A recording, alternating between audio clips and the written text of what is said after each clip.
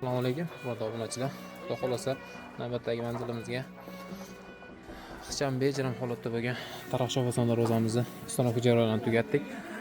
Manzillarimiz Namangan viloyati Cho'dak shaharchasidamiz. Xudo xolasa darvozamiz ixcham bo'lishiga qaramasdan bejirim holatda, joylarga yarashimli holatda qilib ustanovkasini qildik. Darvozamiz razmerlari eniga 280, balandligi 250 holatda qilib ustanovka qildik. Ikkita tomoniga darvozamiz bagati ko'rinishi uchun 30 cm analichkalarni ham qo'yib berganmiz. Nijlikalar bilan jihozlab cho'tki holatda chiqdi. Xudo xolasa darvozamiz joylari ham zo'r holatda chiqdi.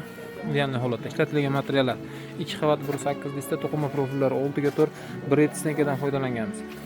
Ruchkalariga ham nijlikani o'sha qalin 0.9 listenkasidan qo'yib jihozlab berganmiz. Ideal holatda bo'lgan. Zamoklarimizga metr berib qolsa, darvozamizni nijlikalarga mo'sham nijlikali holatdagi zamoqlardan original firmali stimul tuzman zamoqdan foydalanganmiz. Ochilib yopilishlari ham cho'tki holatda bo'lgan. Xudo xolasa egalariga buyurtmas qilsa, yaxshi kunlarga xizmat qilsa, kimga shunaqa xizmatlarimiz darvoza vakillari bo'ladigan bo'lsa, dastur raqamlarni qoldiraman. Bemalol aloqaga chiqaverasizlar. O'zbekiston bo'ylab dastlabki ustanovkalarimiz mutlaqo bepul holatda.